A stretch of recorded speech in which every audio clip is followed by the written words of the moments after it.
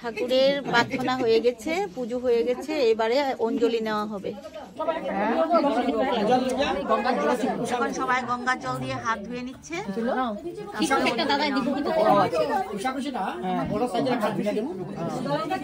তো অঞ্জলি দেওয়ার জন্য যে ফুল নিয়ে নিয়েছি, তো এই যে সবাই অঞ্জলি নেওয়ার জন্য রেডি।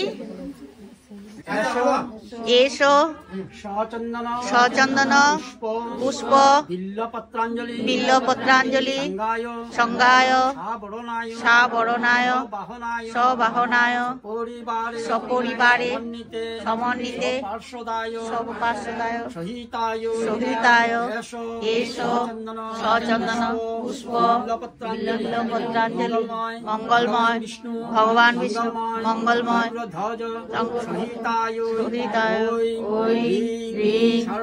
সর্বদেবী স্বরূপিণী শ্রী শ্রী রামকৃষ্ণ পরমহংস তে নমঃ।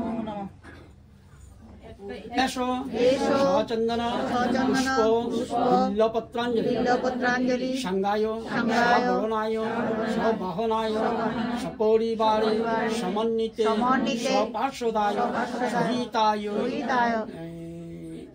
मंगलमय भगवान विष्णु मंगलमय गरुड़ध्वज सहिताय सर्वदेवी स्वरूपिणी रामकृष्ण परमहंसते नमो नमः।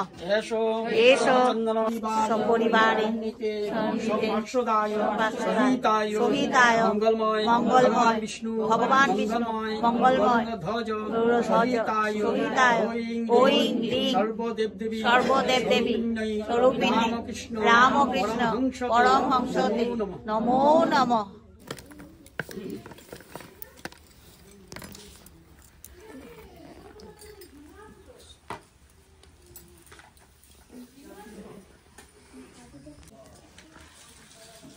स्थापक च धर्मस्य सर्वधर्म स्वरूपिण्यै रामकृष्ण परमहंसते नमो नमः। अखंड मंडलकारं भक्तं जन चराचरं तत्पदं दर्शितं जन तस्मै श्री गुरुवे नमः। नमः मंगले शिवे सर्वार्थ साधिके शरण्ये त्र्यंबके गौरी नारायणी नमस्ते।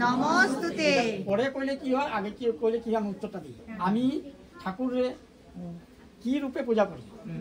ওং রিং সর্বদেব দেবী স্বরূপিণী শ্রী গুরু রামকৃষ্ণ বংশধর, শ্রী গুরু লাস্টে দিয়ে নিয়ে, কারণ রামকৃষ্ণ আমরা যখন পূজা করি আর কি, তখন রামকৃষ্ণরে বসাই, তারপরে গুরুর মাথার থেকে আনিয়ে রামকৃষ্ণের বুকের মধ্যে ঢুকাই, পরে ঢুকাই না, যার জন্য রামকৃষ্ণের পরে গুরুর মধ্যে আছে রামকৃষ্ণ, ঠাকুরের মধ্যে গুরু ঢুকতে থাকে। এর লেগে ওই রূপে আমরা পূজা রাখি, এর লেগে ওই রূপে প্রণামটা করাই।